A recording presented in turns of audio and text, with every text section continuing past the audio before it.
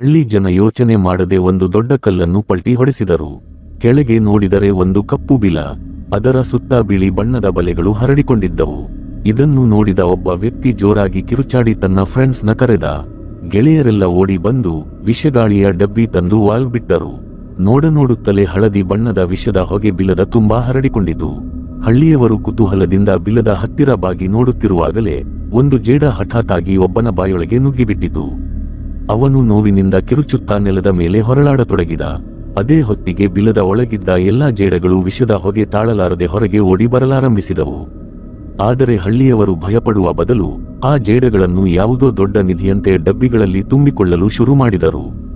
ತನ್ನ ಗೆಳೆಯ ಪ್ರಾಣ ಹೋಗುವಂತೆ ತಳಮಳಿಸುತ್ತಿದ್ದರೂ ಕೇರ್ ಮಾಡದೆ ಅವರು ಜೇಡಗಳನ್ನು ಹಿಡಿಯುವುದರಲ್ಲೇ ಮಗ್ನರಾಗಿದ್ದರು. ಅವರ ಲೀಡರ್ ಜಾನ್ ನೆಲದ ಮೇಲಿದ್ದ ಚಾಕು ತೆಗೆದುಕೊಂಡು ನೋವಿನಿಂದ ಒದ್ದಾಡುತ್ತಿದ್ದ ತನ್ನ ಗೆಳೆಯನನ್ನು ಒಂದೇ ಏಟಿಗೆ ಮುಗಿಸಿಬಿಟ್ಟ.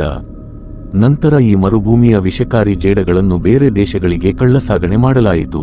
ವಿಚಿತ್ರ ಪ್ರಾಣಿಗಳನ್ನು ಸಾಕೋ ಹವ್ಯಾಸ ಇದ್ದವರಿಗೆ ಈ ಜೇಡಗಳು ಫೇವರೆಟ್ ಆಗಿಬಿಟ್ಟವು. ಜ್ಯಾಕ್ ಎಂಬ ಹುಡುಗ ಒಂದು ದೊಡ್ಡ ಹೆಣ್ಣು ಜೇಡವನ್ನು ನೋಡಿದ ಕೂಡಲೇ ಇಷ್ಟಪಟ್ಟು ಬಿಟ್ಟ. ಬರೋಬ್ಬರಿ 1.5 ಲಕ್ಷ ರೂಪಾಯಿ ಕೊಟ್ಟು ಅದನ್ನು ಮನೆಗೆ ತಂದ. ಅವನ ರೂಮಿನಲ್ಲಿ ಮೊದಲೇ ವಿಚಿತ್ರ ಪ್ರಾಣಿಗಳ ಸಂಗ್ರಹವಿತ್ತು. ವಿಷದ ಚೇಳುಗಳು, ಮಿಡತೆಗಳು, ಜಿರಳೆಗಳು ಅಷ್ಟೇ ಯಾಕೆ, ಡೇಂಜರಸ್ ಕಪ್ಪೆಗಳು ಕೂಡ ಅಲ್ಲಿದ್ದವು. ಅವನ ರೂಮು ಒಂದು ವಿಷದ ಗೋದಾಮಿನಂತಿತ್ತು. ಜ್ಯಾಕ್ ಆ ಜೇಡಕ್ಕೆ ಬೇಬಿ ಎಂದು ಹೆಸರಿಟ್ಟ. ಒಂದು ಶೂ ಬಾಕ್ಸ್ನಲ್ಲಿ ಟಿಶ್ಯೂ ಪೇಪರ್ ಹಾಕಿ ಜೇಡವನ್ನು ಅದರೊಳಗೆ ಇಟ್ಟ. ರಾತ್ರಿ ಬಂದು ಇದನ್ನು ದೊಡ್ಡ ಬಾಕ್ಸ್ಗೆ ಹಾಕೋಣ ಅಂದುಕೊಂಡು ರೂಮಿನಿಂದ ಹೊರಗೆ ಹೋದ. ಆದರೆ ಅದು ಪ್ರಪಂಚದ ಅತಿ ಭಯಾನಕ ವಿಷಕಾರಿ ಜೇಡ ಎಂಬುದು ಅವನಿಗೆ ಗೊತ್ತಿರಲಿಲ್ಲ. ಜ್ಯಾಕ್ ಪಾರ್ಟಿಗೆ ಹೋಗಿದ್ದಾಗ ಜೇಡ ಬಾಕ್ಸ್ನ ರಂಧ್ರದಿಂದ ಹೊರಬಂತು. ಅವನು ವಾಪಸ್ ಬಂದು ನೋಡಿದಾಗ ಜೇಡ ನಾಪತ್ತೆಯಾಗಿತ್ತು. ಬಾಕ್ಸ್ನಲ್ಲಿ ದೊಡ್ಡ ತೂತು ಬಿದ್ದಿರುವುದನ್ನು ನೋಡಿ ಜ್ಯಾಕ್ ಕಂಗಾಲಾದ. ಜೇಡ ಸಿಗದಿದ್ದರೆ ಇಡೀ ಮನೆಯನ್ನೇ ಸುಡಬೇಕಾಗುತ್ತದೆ ಎಂಬ ಭಯ ಅವನನ್ನು ಆವರಿಸಿತು. ತನ್ನ ಪ್ರಾಣಿಗಳ ಕಲೆಕ್ಷನ್ ಮೇಲೆ ಜೇಡ ಬಲೆ ಹೆಣೆದಿರುವುದನ್ನು ನೋಡಿ ಅವನಿಗೆ ಪರಿಸ್ಥಿತಿ ಕೈಮೀರಿದೆ ಎಂದು ಅರ್ಥವಾಯಿತು. ಅವನು ಆ ಬಾಕ್ಸ್ ಅನ್ನು ಬೆಡ್ ಕೆಳಗೆ ದೂಡಿ ಶೂಗಳನ್ನು ತೆಗೆದುಕೊಂಡು ಲಿವಿಂಗ್ ರೂಮಿನಲ್ಲಿ ಮಲಗಿದ. ಮರುದಿನ ಅವನು ಈ ವಿಷಯವನ್ನು ಯಾರಿಗೂ ಹೇಳದೆ ತನ್ನ ಗೆಳೆಯ ಮೈಕ್ ಹತ್ತಿರ ಶೂ ಕೊಡಲು ಹೋದ. ಮೈಕ್ ಆ ಶೂಗಳನ್ನು ನೋಡಿ ಖುಷಿಪಟ್ಟು ದುಡ್ಡು ಕೊಟ್ಟ. ಆದರೆ ಅಲ್ಲಿಗೆ ಬಂದ ಒಬ್ಬ ರೌಡಿ ಜ್ಯಾಕ್ ಏನೋ ಡ್ರಗ್ಸ್ ಬ್ಯುಸಿನೆಸ್ ಮಾಡುತ್ತಿದ್ದಾನೆ ಎಂದು ಗಲಾಟೆ ಮಾಡಿದ. ಆದರೆ ಮೈಕ್ ಅದನ್ನು ಕೇರ್ ಮಾಡದೆ ಶೂ ಧರಿಸಲು ಹೋದ. ಶೂ ಹಾಕಿಕೊಂಡ ತಕ್ಷಣ ಏನೋ ಕಚ್ಚಿದಂತಾಗಿ ಮೈಕ್ ಕಿರುಚಿದ. ಶೂ ಒಳಗೆ ಜೇಡವಿತ್ತು. ಅವನು ಅದನ್ನು ಕೊಂದನಾದರೂ ಅಷ್ಟರಲ್ಲೇ ಆ ಹೆಣ್ಣು ಜೇಡ ಶೂ ಒಳಗೆ ಮರಿ ಹಾಕಿತ್ತು. ನೂರಾರು ಪುಟ್ಟ ಜೇಡಗಳು ಮೈಕ್ನ ಮೈ ಮೇಲೆ ಹತ್ತಿದವು. ಅವನ ಸಾಕು ನಾಯಿ ರೆಕ್ಸ್ ಸತ್ತಿದ್ದ ಜೇಡವನ್ನು ತಿಂದಿತು. ಜೇಡಗಳು ಕಚ್ಚಿದ ರಭಸಕ್ಕೆ ಮೈಕ್ನ ಮೈಯೆಲ್ಲ ತೂತು ಬಿದ್ದಂತಾಯಿತು. ವಿಷ ತಲೆಗೆ ಏರಿ ಅವನ ಕಣ್ಣಿನಿಂದ ಹಳದಿ ನೀರು ಬರತೊಡಗಿತು. ಅವನು ಸಹಾಯಕ್ಕಾಗಿ ಹೊರಬರುವಷ್ಟರಲ್ಲಿ ಪ್ರಾಣ ಬಿಟ್ಟ. ನಾಯಿ ರೆಕ್ಸ್ ಜೋರಾಗಿ ಬೊಗಳತೊಡಗಿತು. ಸದ್ದು ಕೇಳಿ ನೆರೆಹೊರೆಯವರು ಬಂದು ಬಾಗಿಲು ಮುರಿದು ನೋಡಿದಾಗ ಕಂಡ ದೃಶ್ಯ ಅವರ ಎದೆ ನಡುಗಿಸಿತು. ಪೊಲೀಸರು ತಕ್ಷಣ ಇಡೀ ಬಿಲ್ಡಿಂಗ್ ಅನ್ನು ಸೀಲ್ ಮಾಡಿದರು. ಜನರಿಗೆ ಅಸಲಿ ವಿಷಯನೇ ಗೊತ್ತಿರಲಿಲ್ಲ. ಒಬ್ಬ ಸತ್ತಿದ್ದಕ್ಕೆ ಇಷ್ಟೊಂದು ಹಂಗಾಮ ಯಾಕಪ್ಪ ಅಂತ ಎಲ್ಲರೂ ಅಂದುಕೊಳ್ತಿದ್ರು. ಆ ರೌಡಿ ನನ್ ಮಗ ಮೈಕ್ ಸತ್ತಿದ್ದು ಡ್ರಗ್ಸ್ ಓವರ್ಡೋಸ್ನಿಂದ ಅಂತ ಜಾಕ್ ಮೇಲೆ ಸುಳ್ಳು ಕೇಸ್ ಹಾಕಿದ. ಇದ್ರಿಂದ ಎರಡು ಗ್ರೂಪ್ ಮಧ್ಯೆ ಭರ್ಜರಿ ಕಿರಿಕಿರಿ ನಡೆಯಿತು. ಪೊಲೀಸರು ಬಂದು ಸುಮ್ಮನೆ ಮಾಡಿಸಿದ್ರು. ಅಷ್ಟೊತ್ತಿಗೆ ಅಲ್ಲಿಗೆ ಬಂದ ಒಬ್ಬ ಮುದಿ ಮನುಷ್ಯ ಜಿಮ್, ಲೇ ಇದು ಡ್ರಗ್ಸ್ ಅಲ್ಲ ಕಣ್ರೋ, ಯಾವುದೋ ವಿಷಪೂರಿತ ಕೀಟ ಕಚ್ಚಿರೋ ತರ ಕಾಣ್ತಿದೆ ಅಂದ. ಇದನ್ನು ಕೇಳಿ ಜಾಕ್ ಬೆಚ್ಚಿ ಬಿದ್ದ. ಆದ್ರೆ ಭಯಕ್ಕೆ ಏನೂ ಮಾತಾಡ್ದೆ ಸುಮ್ಮನೆ ಒಂದು ಕಡೆ ನಿಂತಿದ್ದ. ಯಾರಿಗೂ ಗೊತ್ತಿರಲಿಲ್ಲ ಇಡೀ ಏರಿಯಾಗೆ ಜೇಡಗಳು ಲಗ್ಗೆ ಇಟ್ಟಿದ್ದವು ಅಂತ. ಅವು ಎಷ್ಟು ಬೇಗ ಮರಿ ಹಾಕಿ ದಪ್ಪ ಆಗ್ತಿದ್ದವು ಅಂದ್ರೆ ಕಟ್ಟಡದ ಗಾಳಿ ಬರೋ ಪೈಪ್ಗಳೆಲ್ಲ ಈ ಜೇಡಗಳಿಂದಲೇ ತುಂಬಿ ಹೋಗಿತ್ತು. ಅದೇ ಟೈಮಲ್ಲಿ ಸಾರಾ ಅನ್ನೋ ಹುಡುಗಿ ಬಾತ್ರೂಮಲ್ಲಿ ಕಾಲು ತೊಳೆಯುವಾಗ ಜೇಡಗಳ ಒತ್ತಡಕ್ಕೆ ಆ ವೆಂಟಿಲೇಷನ್ ಪೈಪ್ ಮುಚ್ಚಳ ದಿಢೀರಂತ ಓಪನ್ ಆಯ್ತು.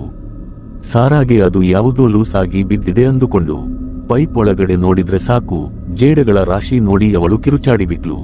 ಭಯದಲ್ಲಿ ಕಾಲು ಜಾರಿ ಬಾತ್ ಟಬ್ಗೆ ಬಿದ್ದಳು.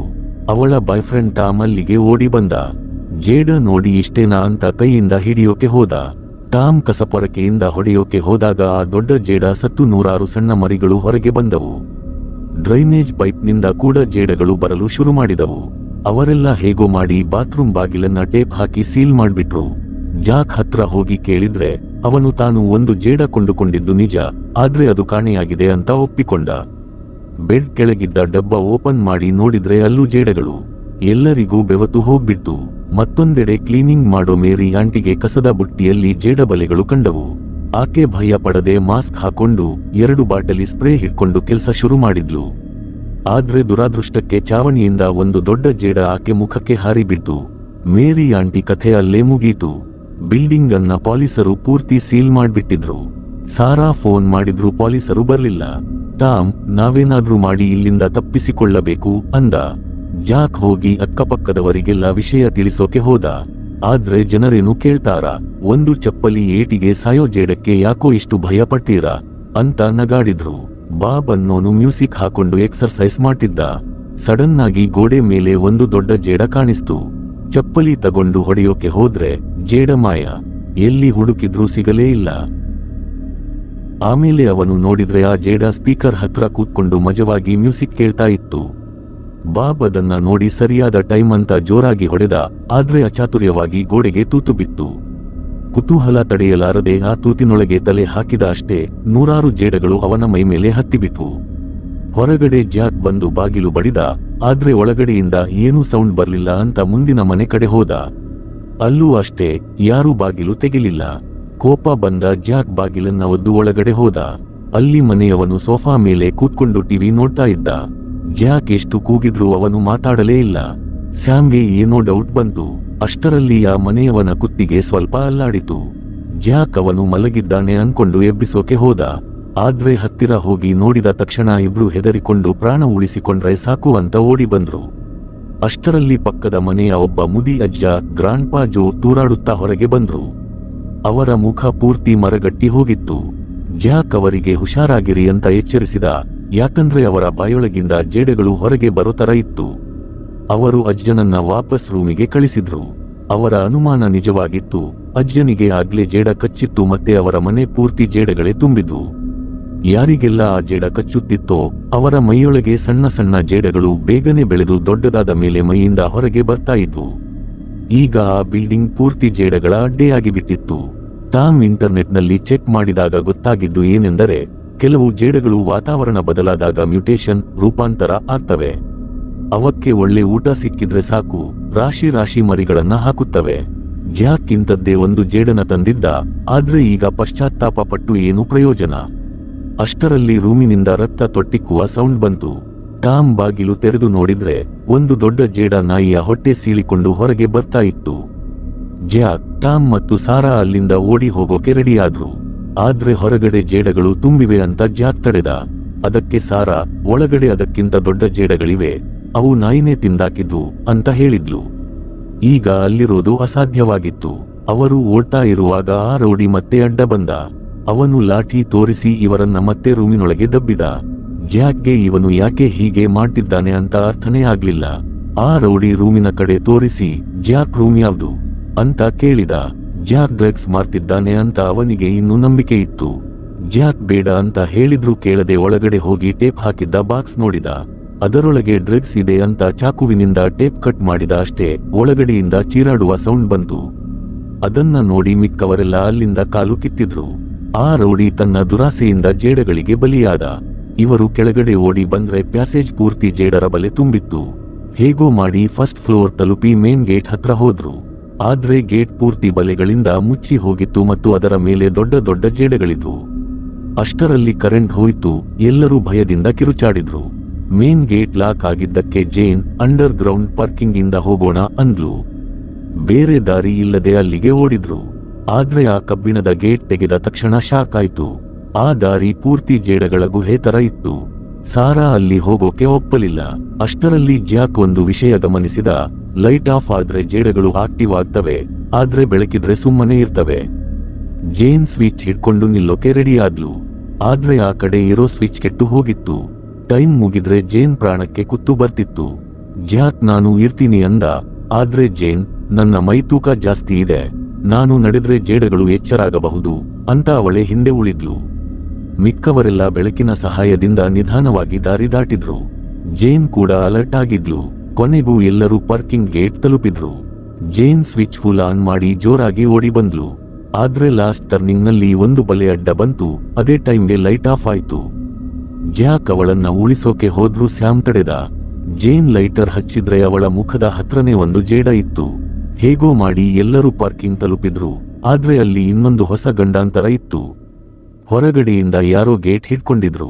ಫ್ರೆಂಚ್ ಪೊಲೀಸ್ ಜನಗಳ ಪ್ರಾಣದ ಬಗ್ಗೆ ತಲೆ ಕೆಡಿಸಿಕೊಳ್ಳುತ್ತಿರಲಿಲ್ಲ.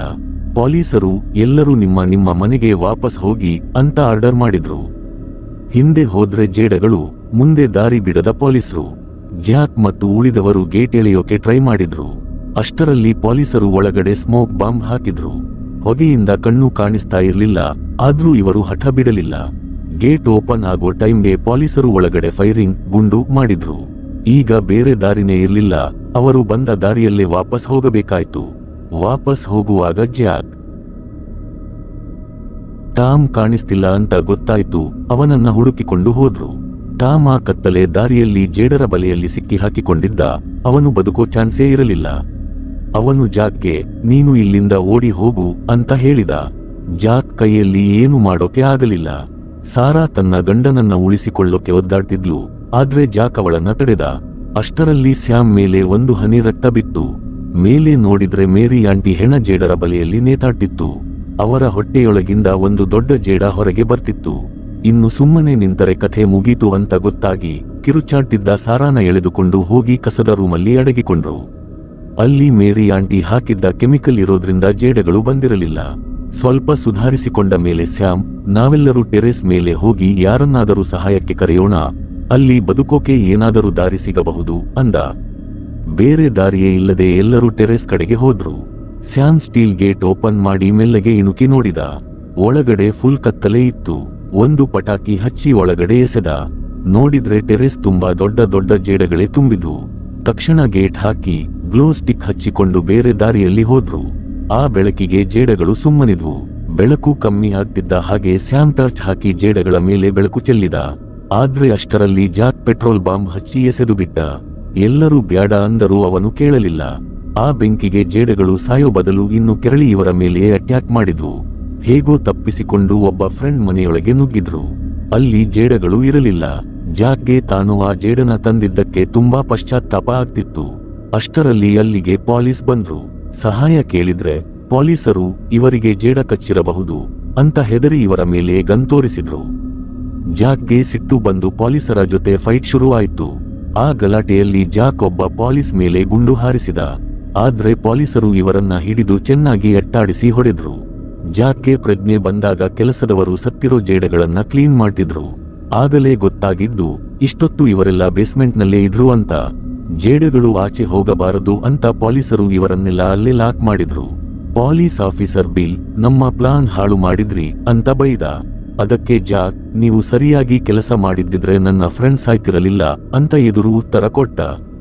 ಅಷ್ಟರಲ್ಲಿ ಸ್ಯಾಮ್ ತನಗೆ ಜೇಡ ಕಚ್ಚಿರೋ ವಿಷಯ ಹೇಳಿದ. ಮೈ ತುಂಬಾ ವಿಷ ಹರಡಿತ್ತು. ನಾನು ಇನ್ನು ಬದುಕಲ್ಲ, ನೀವೆಲ್ಲರೂ ಬದುಕಿ ಅಂತ ಹೇಳಿ ಸ್ಯಾಮ ಬೇಸ್ಮೆಂಟ್ ಗೇಟ್ ಓಪನ್ ಮಾಡಿದ. ಜೇಡಗಳೆಲ್ಲ ಆಚೆ ಬಂದವು. ಪೊಲೀಸರ ಮೇಲೆ ಅಟ್ಯಾಕ್ ಮಾಡಿದವು. ಆ ಗೊಂದಲದಲ್ಲಿ ಜಾಕ್ ಮತ್ತು ಉಳಿದವರು ಓಡೋಕೆ ಶುರು ಮಾಡಿದ್ರು. ಜಾಕ್ ಮತ್ತು ಜೇನ್ ಬೇರೆ ಬೇರೆ ಆಗಿಬಿಟ್ರು. ಜಾಕ್ ಅವಳನ್ನ ಹುಡುಕುವಾಗ ಅವನ ಕಾಲಿಗೆ ಏಟು ಬಿದ್ದು ಮೂಳೆ ಮುರಿಯಿತು. ಜೇನ್ ಅವನನ್ನ ಎಳೆದುಕೊಂಡು ಒಂದು ವ್ಯಾನ್ ಹತ್ತಿದ್ಲು. ಅಷ್ಟರಲ್ಲಿ ಒಂದು ದೊಡ್ಡ ಜೇಡ ಇವರ ಹತ್ತಿರ ಬಂತು. ಇನ್ನೇನು ಕಥೆ ಮುಗೀತು ಅಂದಾಗ ಸಾರಾ ಕಾರ್ ತಗೊಂಡು ಅಲ್ಲಿಗೆ ಬಂದ್ಲು. ಕಾರ್ ಹೆಡ್ಲೈಟ್ ಬೆಳಕಿಗೆ ಹೆದರಿ ಜೇಡ ಓಡಿ ಹೋಯ್ತು. ಸಾರಾ ಎಲ್ಲರನ್ನೂ ಕಾರ್ನಲ್ಲಿ ಕೂರಿಸಿಕೊಂಡು ಜೇಡ ಮತ್ತು ಪೊಲೀಸರನ್ನ ಲೆಕ್ಕಿಸದೆ ಜೋರಾಗಿ ಗಾಡಿ ಓಡಿಸಿದ್ಲು. ಆದ್ರೆ ಗ್ಯಾರೇಜ್ ಗೇಟ್ ಲಾಕ್ ಆಗಿತ್ತು. ಜಾಕ್ ಪ್ರಾಣದ ಹಂಗು ತೊರೆದು ಹೋಗಿ ಆ ಗೇಟ್ ಓಪನ್ ಮಾಡಿದ. ಆ ಜೇಡ ಗಂಡು ಜೇಡ ಆಗಿದ್ದರಿಂದ ಹಸಿವಾಗದಿದ್ದರೆ ಏನು ಮಾಡಲ್ಲ ಅಂತ ಅವನಿಗೆ ಗೊತ್ತಿತ್ತು. ಅವನ ಐಡಿಯಾ ವರ್ಕ್ ಆಯ್ತು. ಗೇಟ್ ಓಪನ್ ಆಗ್ತಿದ್ದ ಹಾಗೆ ಸೂರ್ಯನ ಬೆಳಕು ಬಿತ್ತು. ಎಲ್ಲರೂ ಫೈನಲ್ ಆಗಿ ಅಲ್ಲಿಂದ ಬಚಾವಾದ್ರು. ಈ ಕಥೆ ಇಷ್ಟ ಆಗಿದ್ರೆ ಲೈಕ್ ಮಾಡಿ, ಚಾನೆಲ್ ಸಬ್ಸ್ಕ್ರೈಬ್ ಮಾಡಿ. ಮುಂದಿನ ವಿಡಿಯೋದಲ್ಲಿ ಸಿಗೋಣ.